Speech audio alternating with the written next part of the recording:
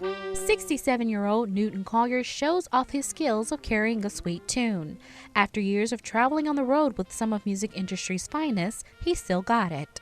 Sam and Dave, some parts of Otis Redding, Carl Thomas, Rufus Thomas, anything that had to do with stacks and soul music. Born and raised in Macon's Tennille Heights neighborhood, Collier says much of his childhood was dedicated to perfecting his musical craft. At age 10, he took piano lessons where he would soon meet Sammy Davis Jr., who he says inspired him to play another instrument. He came to Macon, and that it just happened to be one of those times I was over there. And I came in, as I came in, he had a trumpet he was playing. He was playing piano. And I'm just watching him play trumpet. I asked him, can I do that? He said, you can do that. Or something like that. And I tried it. Collier says it wasn't long after that he landed his first gig. My first job after I was about 13, 14 years old was in Macon Recording Studio, which was in the Grand Opera House building. And it was like on the left side, this little place that was owned by King Recording Studio. And they called it the James Brown Studio of Macon, Georgia.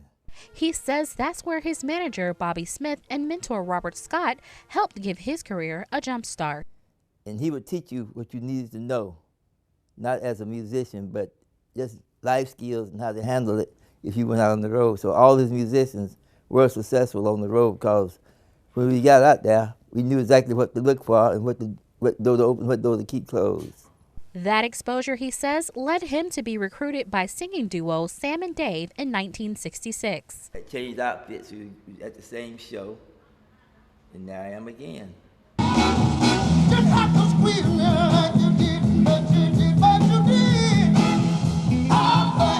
Collier, seen here on the left performing on the Ed Sullivan Show in 1969, traveled with the group and other band members for 15 years, making stops through riots and civil rights marches. I was the second horn player to be hired with Sam and Dave, and I stayed with them the length of time. They gave me a chance to get to Memphis to be with Stax, and while I was at Stax, doing sessions, sometimes they would be off. I get a chance to work with other artists by being third horn, maybe the second horn. So I got to know Booker T, Isaac Hayes, and Carla Thomas, and Rufus Thomas, and the whole Stax rendition. The Macon native says all of this exposure came as a culture shock, especially the time he spent touring on an international stage. In Europe, you would meet people coming from a little city like Macon, Georgia, and you walk up to somebody and say, hello, how you doing? And they don't even speak your language.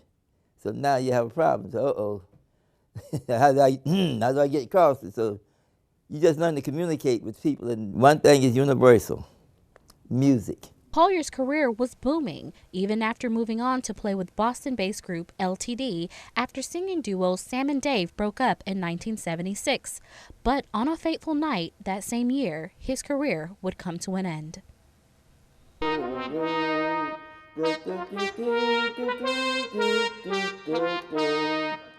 Trumpeter and Macon native Newton Collier was riding a wave of success that began in the 1960s, but it only took one night for it to end.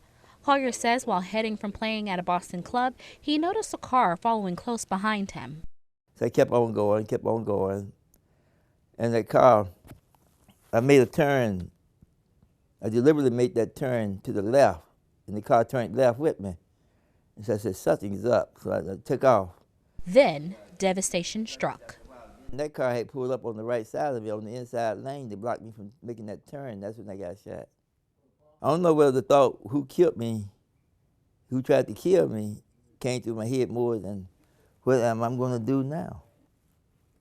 Yes, I would go back. It's not the worst place in the world, it's just something that happened to me. And the person who shot me, whoever they may be, wherever they may be, more power to them.